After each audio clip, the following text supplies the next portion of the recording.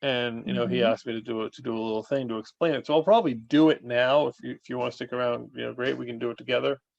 But basically, it's not hard in this market to make an absurdly high return compared to most other markets. It's not as absurdly high as this market used to be. When I started buying here, I could be done with units for $25,000 a unit. Now I'm not buying them for that.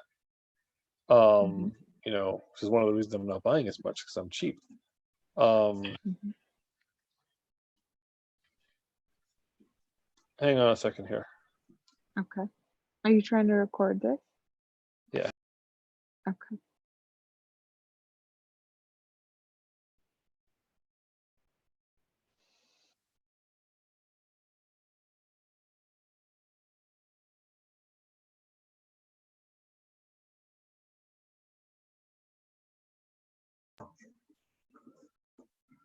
All right. So, yeah, I'm going to record it if it's okay with you. Is that fine? Sure. Yeah. Absolutely. Yeah. So basically, what I'd planned to cover, and obviously since just you and I, we can change what we cover, but what I planned to cover tonight was really why. So the first thing is, what is cap rate? And I handle this very differently than anyone else.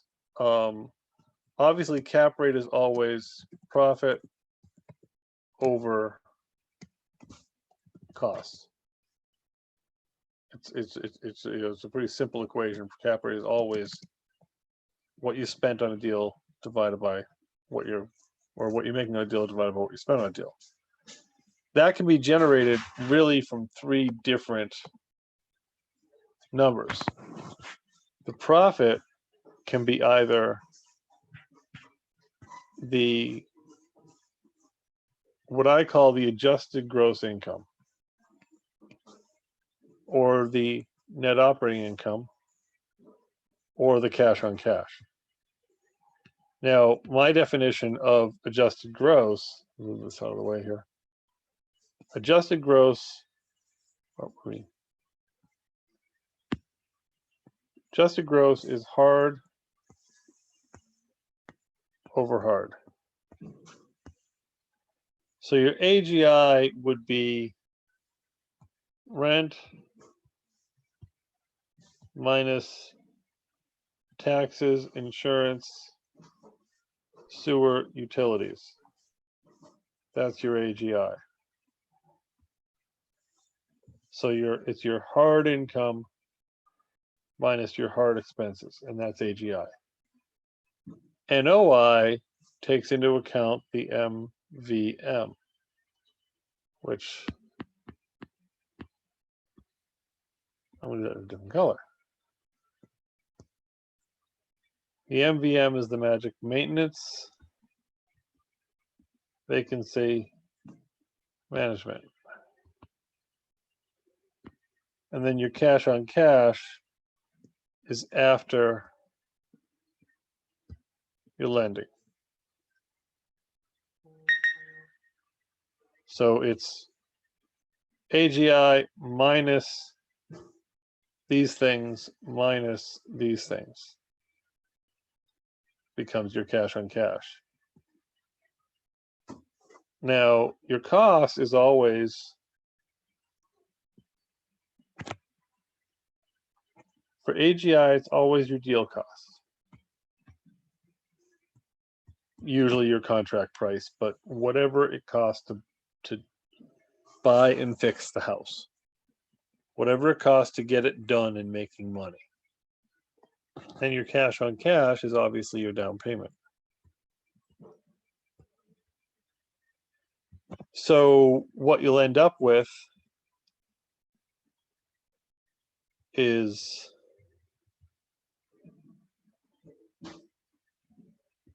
you'll end up with, and I'll use an actual example from one of my duplexes, one of my clients' duplexes. So let's see, he has $10K a year AGI on the property. And he's asking 60, maybe he'd take 55 for it. I'm just going to make it simple, even though I don't know if he would take the 50. But obviously, if he took 50, that's a simple 20% cap rate without even trying on basic AGI, hard cost versus hard expenses. Now, if I took on this particular property,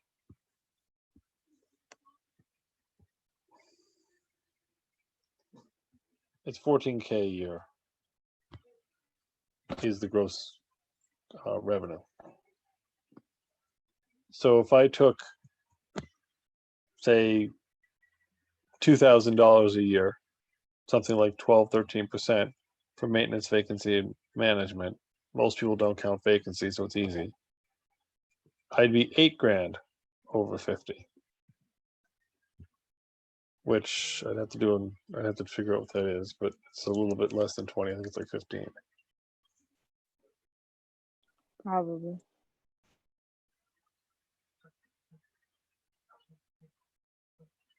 $16. So 16%. Still, from a New York or New Jersey perspective, and even from a local perspective, that's a pretty respectable cap rate. Mm-hmm. Now, if I go to, assuming I'm putting aside right now to make it simple the idea of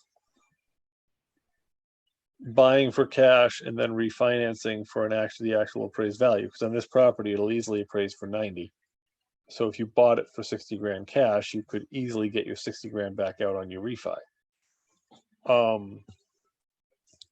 But even putting all of that aside, on a $50,000 property, I'm going to have $10,000 of my own cash in. So that is the bottom. It's the 10. But Explain the step to me one more time with the okay, refi. so a cash on cash is your profit after your mortgage divided by your down payment. Now, I'm going to keep it simple, and I'm going to say that we're taking the mortgage out of the 8, out of the 10. I'm still going to assume you're taking a maintenance vacancy management pad. So I'm taking 8, and your payment on 50 is probably like, I don't know, $4,000 a year, let's say. Okay. So I've got 4K in profit after I've paid my hard costs, I've paid my maintenance vacancy management pad, and I've paid my mortgage. So I have 4,000 actual dollars I'm putting in my pocket. Mm-hmm. Well, it's a 40% return because in order to cover 20% of this number, I've had to put in this number. So the money $10,000 came out of my pocket, and I put 4,000 back in. So this particular property is making me a 40% cash on cash return. Mm-hmm. Now, it gets to be absurd when you look at one other angle of it here. Is if you say, all right, that's all fine and good, but what if we bought the property? What if we bought the property for 50 for cash, borrowed it, stole the money, whatever, somehow, whatever. And then we go to a bank afterwards and say, Mr. Banker, please appraise this property for me. Mm-hmm. Well, and I want to take a line of credit out on the appraised value. Well, the appraised value would be 80,000, let's say, on this property. Mm-hmm. And they're going to give you 80, they're going to give you, let's say, 80%. So it's not divided by, it's minus 16,000. So they're going to give you $66,000, which is actually more than what you spent on the property. So first of all, you're going to have a profit. You're going to put money in your pocket, leaving the table. But more importantly, your cash on cash return every year is $4,000 over zero, because you now have $0 out of your pocket. Let's, Mhm. you know, this is post-COVID, so let's just say that all they wanted to give you, let's say that all the bank wanted to give you was your original $50,000 back. Okay. Well, still, you're making $4,000 and you have $0 out of your pocket because the bank just gave you all your money back. Mhm. So, you can have an infinite cash on cash return if Mhm. you buy it right. Now, as you know, the Scranton market is going absolutely crazy now. Even before, and when I say Scranton, I mean the whole Northeast PA region, from Oh Hazelton yeah. up and in. It's just easier to say Scranton, because no one really knows, no one can pronounce Wilkes-Barre, so it's not worth bothering. So what I tell all my clients is like, look, before COVID, my clients would buy things for, I don't know, 90 grand or whatever. Or they buy and fix and be done for around 90. I'm like, well, they're like, what do you think we can get an appraisal? I said, yeah, you get 100, 110. And they were getting appraisals like 130. So before COVID, I thought the appraisers were nuts. Well, now with the way the market's been shooting up like crazy, or at least being busy, maybe not shooting up in actual prices, I haven't seen the stats. I have no doubt that everything that we're selling now is going to appraise higher than it would have 3 months ago. Just because of based on the way prices are going. So, being able to buy, I got a person buying a 4-unit for $129,000. And before COVID, I would have said it would probably appraise for 150, 160. So they would probably come real close to getting all their money back. Well, I'm pretty sure it's going to appraise for 175 now. Because to find a 4-unit in the Hills section of Scranton right now is not going to happen.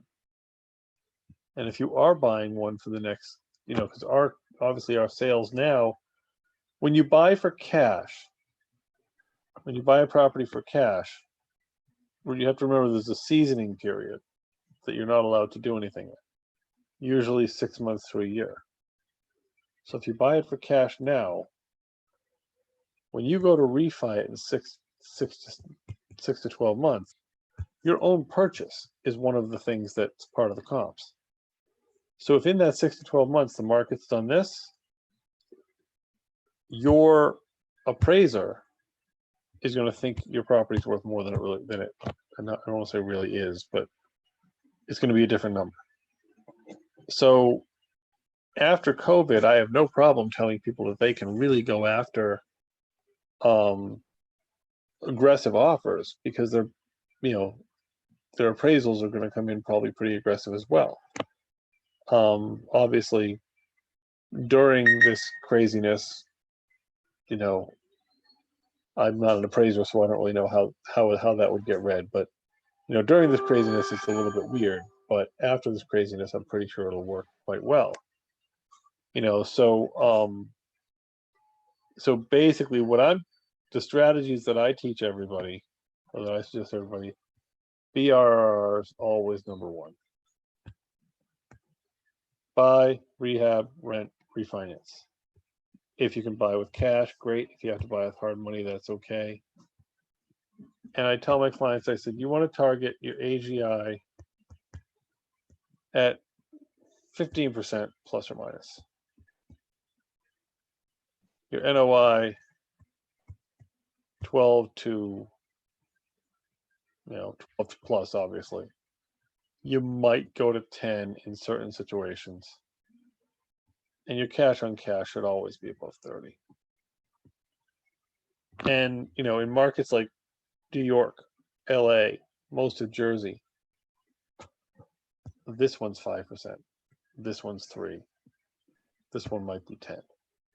So we are miles beyond what anybody else in at least the eastern states can offer.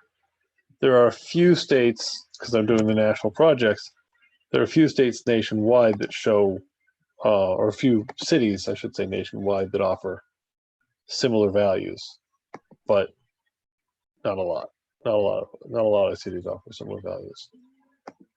This is, and I'll go through some of these. Some of these have gone under contract, but I'll kind of use them anyway. So this one's got a $4,700 rent per month. Now, actually, his rents are all higher, so his cap rates are all higher. But I didn't go back and change this. So he's making $5,000 a month. His taxes are 1 month. His insurance is another month. His expenses are a little bit of the rest of the month. Well, so really, you have 9 months of the year where you're making money. So 45,000 NOI on a $289,000 ask is 15.57 cap. Now, if you've got a lot of listings, I have a tool that takes Google Sheets spreadsheets.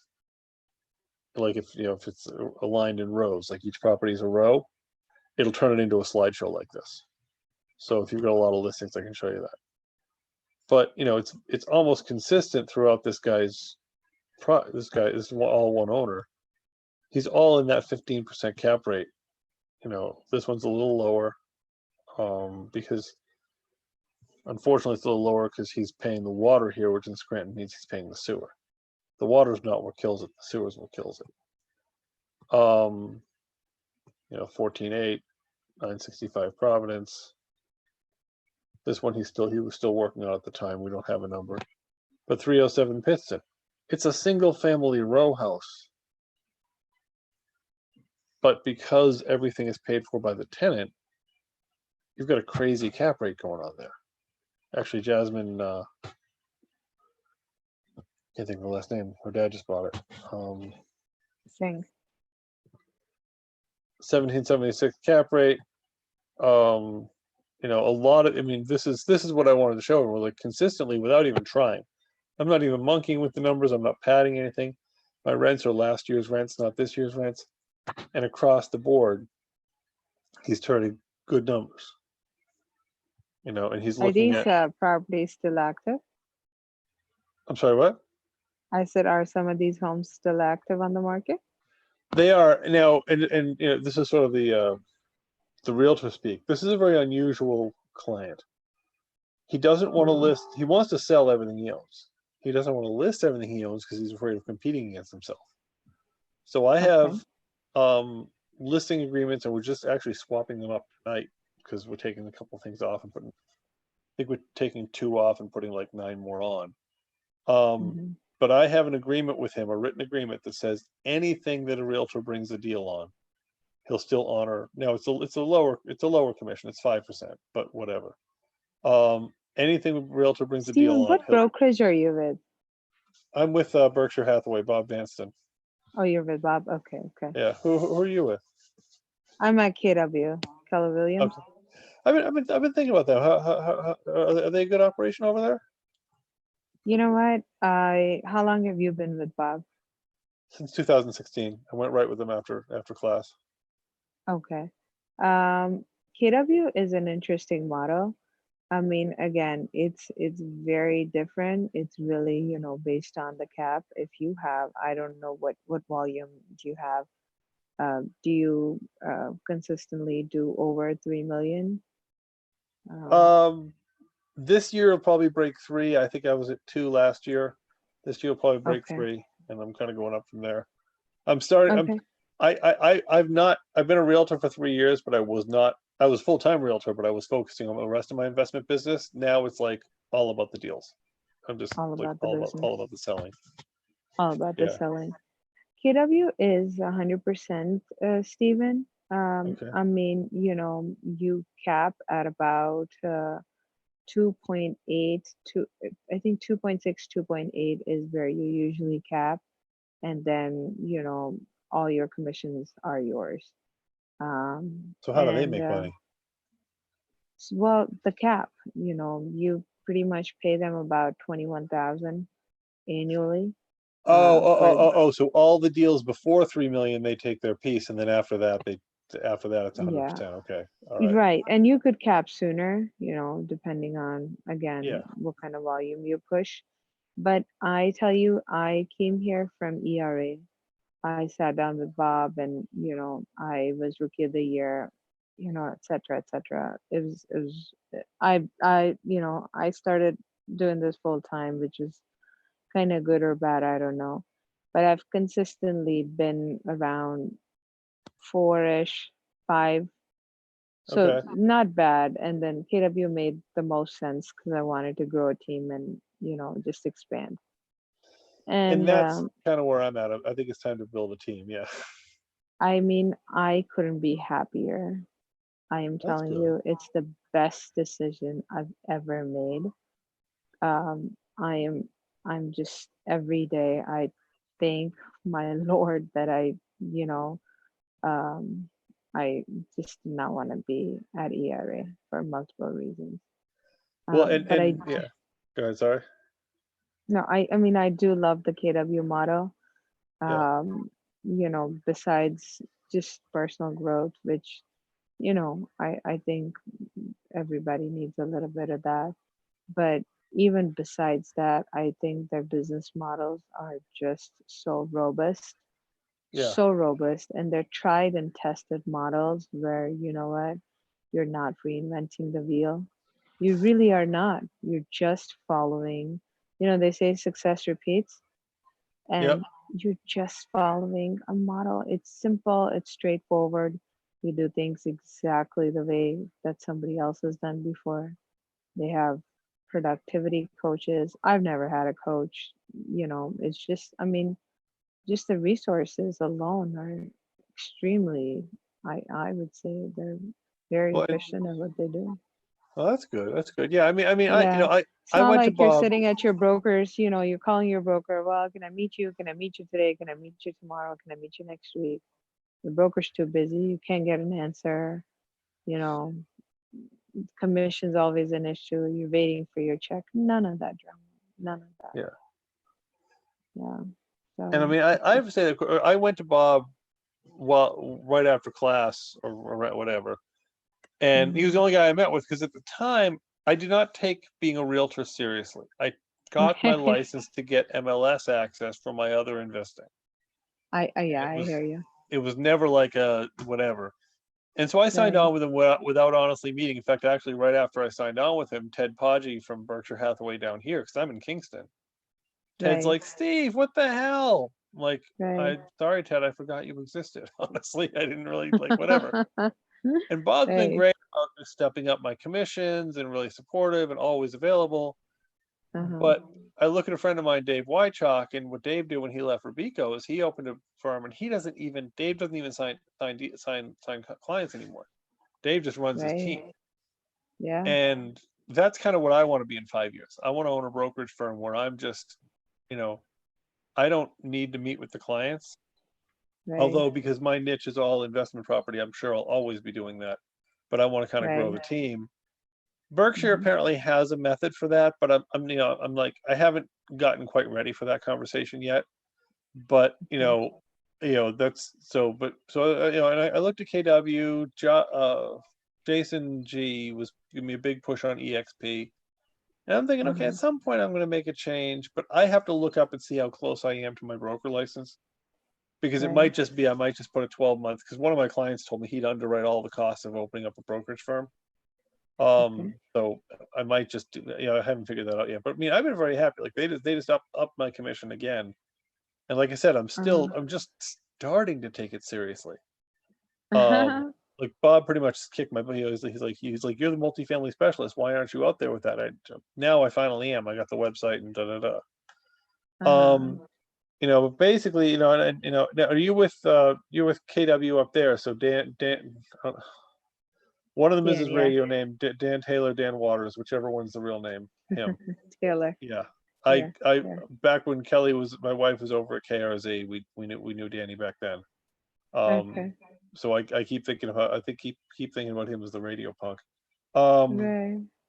but yeah, so I mean, basically we would so basically what I'm trying to do now is I'm trying to educate Have you investors. spoken to Dan yet or no? I spoke to him briefly about it. I haven't gone in for the full pitch yet. Uh-huh. Just because honestly, I met with the XP and it was really interesting. A lot of the freedom talk and whatever. And I guess the EXP Right. founder is a former KW guy, Yeah. but there's one thing that I love about Bob's brokerage firm is that if I have a month where I don't have time to deal with realtor, Uh-huh. I don't have any other fees besides my board fees. Right. So whereas with EXP it was gonna be like $200 a month, which is not that I care about the dollars, but I'm like, well, wait a second, if I'm doing a flip and I'm spending 3 months, doing this flip, Uh-huh. primary focus, I might not have anything else. I might not have any other MLS deals. Now I don't think that's going to be me for a while, but but at the same point, that's the only reason I've kind of stepped back, and also, so I probably will give Dan a call sometime in the fall. Um, and of course, when COVID hit, I shut down and started looking at other markets. I should have kind of refocused on my business here, but I wasn't sure how long we were shut down, so I started looking at what I could do in other cities. Um, and I started I mean, it doing a little wouldn't more hurt teaching. to, Um, you know, yeah. and then so were you able to, I mean, it wouldn't hurt to have that chat, Steve. I mean, I Oh, think if, at some point I you will. know, Yeah. yeah, I mean, it wouldn't hurt. Like I said, I couldn't have been happier. Again, EXP, they're in the business of recruiting, really. That's their main gig. Yeah. Um, Um, but you know what? Again, it really, if you've carved yourself a niche, which is multifamily, not a lot of people are doing that. And just because it's time intensive and it's just one of those things where your average realtor is gonna say, you know what, I I don't know. I mean, people have different demands and schedules, and people might not even be interested to chase tenants and broken toilets and etc. So Well, I don't I mean, think I'll. go ahead. Sorry. I mean, I don't see a lot of quality multifamily listing agents, truth be told. Well, So, no one wants it. In fact, Bob said that to me. I met mhm, with Cognetti over at Heinerfeld. right. And because John wanted me to switch there, which I was also really interesting, but you know, bluntly, to be a full-time commercial agent, I have to have so many subscriptions to so many very pricey, like I think I'd be spending $4,000 a month just in subscriptions to their versions of the MLS. I'm like, Mm-hmm. no, I'm not ready to spend 50,000 a year for something that may or may not work. Not yet. But John looked at me, he's like, look, he said, you're the only guy that he's aware of, everyone's there that I'm aware of, in this market that says if it's not multifamily or investment, I'm not doing it. Right. Like Peter Leo was posting that he sold 20 houses in the last 2 weeks. Uh-huh. And I'm like, that's phenomenal. Peter works out of the Poconos, doesn't he? He does a lot of stuff in the Poconos, and I mean, Peter is totally like hyper focused, but also Peter loves buyers. Peter loves showing people houses. Mm-hmm. Me, I don't I know like about looking at that. spreadsheets. No, Yeah. I said I don't know about buyers. I mean, even though I think we always have a huge influx of people wanting to buy, and then we have zero inventory to sell. right? So, plus it's time intensive to, obviously work with buyers. I don't mind it, um, but I guess you list to exist. So, that's where, you know, Yeah, I mean, I'm but all about the listings, and I will right. take single family listings, but I'm straight up with my clients. I'm like, look, I'll be happy to list, and and of course, my sales pitch is I was a wholesaler. I am an investor. I know all the dark places to post your stuff. Mm-hmm. I put my deals on this REI post, even though they're MLS deals. I put them over here because this is starting to be where some wholesalers are looking. Mm-hmm. I da da da. But what I don't have that you probably have, and that Sue Barry and some other people have, which is the homeowners who are calling and saying, "Hey, I'm looking," like Sue is the queen of the back mountain. calling up, hey, I'm looking for a McMansion in the back mountain. Well, honestly, somebody says to me looking for a McMansion in the back mountain, Hmm. call Sue. That's, I'm sure there are other ones, you call Sue, you call, what's his name? Smith Horgan, Kevin Smith. You call one of them because that's what they live and breathe. I tell all my single family listing clients, Hmm. I will list it. I'll do a great job for you as a listing agent. I'll do 360 VRs. I'll do this. I'll do that. But what I know is multifamily. I get 10 multifamily people calling me a day. Hmm. And self-storage, commercial. I'm starting to get bigger. I've got 3 clients that want multi-million-dollar like complexes. Right. You know, and you pretty much got to go after what you like. I mean, if this is your niche, I wouldn't stop. Like I said, you don't have much competition, and if this is your thing. Yeah, Most realtors I know are not proficient. I mean, a lot of times you say cap rate and they're like, what? So, I sell a lot of multifamily, yeah, but I live in Waverly and, I do sell a lot of Clark Summit too. Um, but again, people who are coming in as investors, I don't hesitate to sell them Scranton or anything multifamily as a matter of fact. Um, Steve, what